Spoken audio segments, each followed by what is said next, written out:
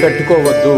కనుక ఈ మకర రాశి జాతకులు శక్తి కలిగితే ఈ సంవత్సరం లోపల కలవు వెంకటేశ్వర స్వామి వారి యొక్క దేవాలయాన్ని దర్శించడం, సోమాల సేవలో పాల్గొనడం, అంగ ప్రదక్షిణ సేవలో పాల్గొనడం, అలాగనే అనంత పద్మనాభ స్వామి యొక్క దేవాలయ దర్శనం వలన మీరు కుబేరులు అవుతారు.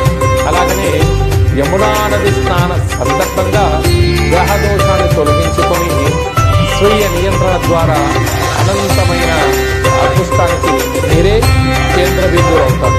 కనుక 6వ స్థానంలో రాజు సంచారం చేయడం వలన అప్పులు ఇవ్వద్దు, అప్పులు పుచ్చుకోవద్దు.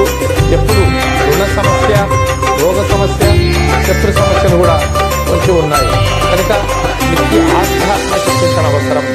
మనిషి శరీరంలోని మూలాధార, స్వధిష్టాన, మణిపూర్వక, విశుద్ధ, అనాథ, ఆజ్ఞ, షట్చక్రాలను నిత్యము అదుపులో ఉంచుకోవడం, మెడిటేషన్ చేయడము, వాటిని వికసింపజేసుకునేటువంటి శక్తిని చేయడము వలన సంపూర్ణ నిత్య ఆనందభరితంగా ఉండే ప్రయత్నం చేయాలి.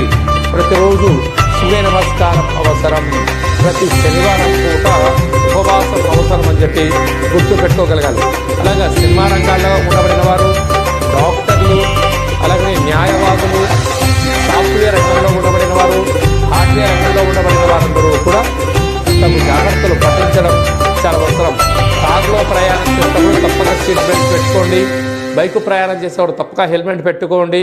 వీలైనంత వరకు సత్ప్రవర్తన, ఆధ్యాత్మిక చింతన, ధర్మ మార్గంలో మీరు ఉండగలిగినట్లయితే మంచి సువర్ణపు కాలాన్ని, జీవితాన్ని మీరు పొందబోతారు. లేకపోతే అనవసరమైన అప్పులు చేయడం, గొప్పలకు వెళ్ళి విందులని, వినోదాలని మీరు ఉండగలిగినట్లయితే అనేక రకాలమైన సమస్యలతో సతమతమవడం, అనారోగ్యము, చర్మ వ్యాధులు, అలాగే ఆహార ఉత్పత్తులు, చేపల ఉత్పత్తులు, హోటల్ రంగ వ్యాపార కార్యక్రమాలు, నీటి సరఫరా రంగంలో ఉండబడిన వారు, అలాగే వ్యవసాయ సోదరీమణులు కూడా వీలైనంత వరకు గౌరవ మర్యాదలతో ప్రతి విషయాన్ని గుర్తుపెట్టుకొని ముందుకు వెళ్ళగలిగితే మీకు సువర్ణపు కాలంగా భావించాలి. లేకపోతే అప్పుల కాలమయ్యే పరిస్థితి అధికంగా ఉంటుందని చెప్పి గమనించాలి.